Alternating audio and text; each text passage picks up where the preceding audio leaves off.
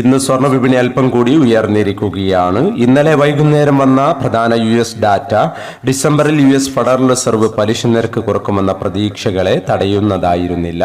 വിപണിയെ ഇടിവിലേക്കോ കുതിപ്പിലേക്കോ നയിക്കുന്നതുമായിരുന്നില്ല. എന്നാൽ federal reserve നിരക്ക് കുറക്കാനുള്ള സാധ്യതയെ തടയാത്തതായതിനാൽ നേരിയ ഏറ്റക്കുറച്ചിലുകളോടെ വിപണി മുന്നോട്ട് നീങ്ങാനാണ് സാധ്യത എന്ന് ഇന്നലെ രാത്രി വീഡിയോയിൽ സൂചിപ്പിച്ചിരുന്നു.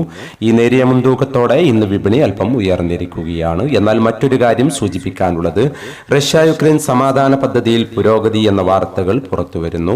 യുദ്ധം അവസാനിക്കാനായി ട്രംപ് മുന്നോട്ട് വെച്ച സമാധാന പാക്കേജിൽ യുക്രൈന് കൂടുതൽ ബുദ്ധിമുട്ടുണ്ടാക്കുന്ന കാര്യങ്ങൾ ഇല്ല എന്നതിനാൽ യുക്രൈൻ അത് അംഗീകരിച്ചേക്കാം. ബുദ്ധിമുട്ടുള്ള കാര്യങ്ങൾ അല്പം മാത്രം അവശേഷിക്കുന്നു എന്ന ട്രംപിന്റെ പ്രസ്താവനയും പുറത്തുവരികയുണ്ടായി.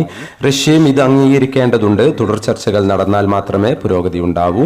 ഇത് സംബന്ധിച്ച തെറ്റായ വാർത്തകൾ ഇന്ന് മലയാള വാർത്താ ചാനലുകളിൽ വന്നിരിക്കുന്നു എന്ന വാർത്തയും പുറത്തുവരുന്നു. യുദ്ധം അവസാനിച്ചാൽ സെൻട്രൽ ബാങ്കുകൾ സ്വർണം വാങ്ങുന്നത് തൽക്കാലത്തേക്ക് നിർത്തിവെച്ചേക്കാം. അങ്ങനെയെങ്കിൽ വിപണി അല്പം താഴേക്കിറങ്ങാം.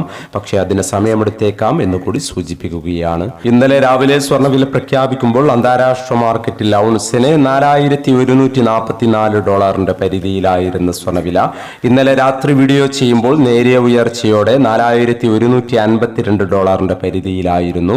എന്നാൽ പിന്നീട് വിപണി അല്പം കൂടി ഉയരുകയും ഇന്ന് $4,165 പരിധിയിൽ എത്തി നിൽക്കുകയും ചെയ്യുന്നു.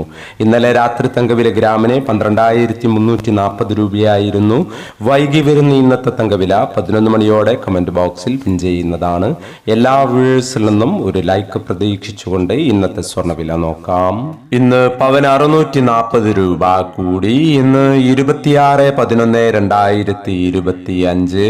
പവന് 93,800, ഗ്രാമിന് 11,725. ഈ വീഡിയോ നിങ്ങൾക്ക് ഉപകാരപ്രദമെങ്കിൽ വീഡിയോക്ക് താഴെ ലൈക്ക് ചെയ്യാൻ മറക്കരുത്. Thank you for watching.